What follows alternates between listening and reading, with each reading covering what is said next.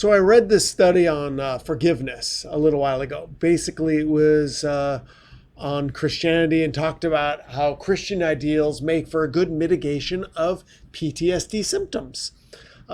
There's a link in the description down below the video.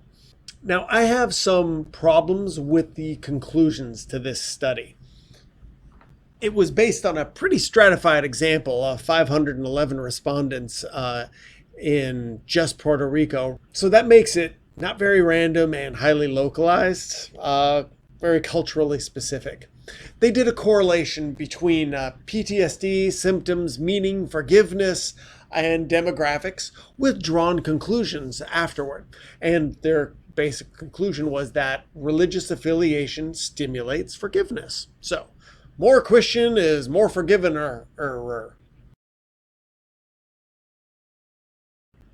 The problem with this is that people do things in bad faith.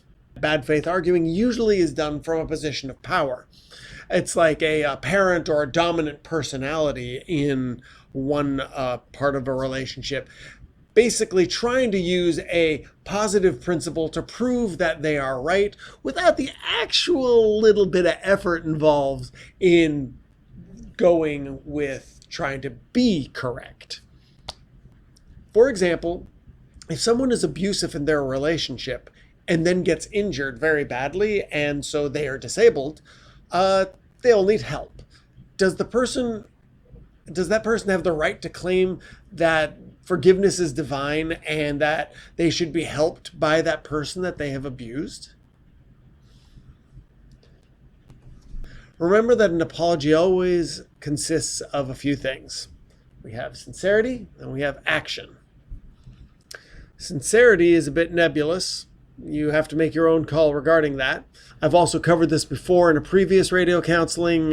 You can check that out below in the description. To keep going though, somebody can always lie after all. But that does bring us to the next part. Action. There always has to be an action to demonstrate change.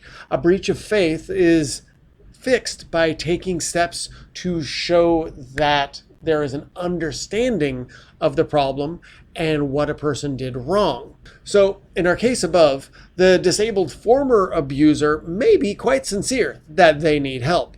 But since they've shown no action to follow up on that sincerity, we can conclude that they are simply trying to maintain their power over the other person however they can. On the flip side, bad faith forgiveness is just as bad. False forgiveness isn't just holding a grudge. It's dangerous because emotions being held in like that is just waiting for that pot to boil over. A person delivering false forgiveness may be lying to themselves or the other person or both. But that's like they're lying. It is lying, Butters. Your parents lied to you and my parents lied to me. Get it? Oh, that makes me angry. In our example above, the former victim of the abuser may begin their own cycle of abuse on the perpetrator. Neglect, bad care, or actual abuse. And in that way, suddenly they've joined the dark side. If you aren't ready to forgive, that's okay. Work on what you need to work on. Remember that forgiveness is not forgetting. You may have to work through some of that shit in order to get to the point where you feel good about working with that other person again.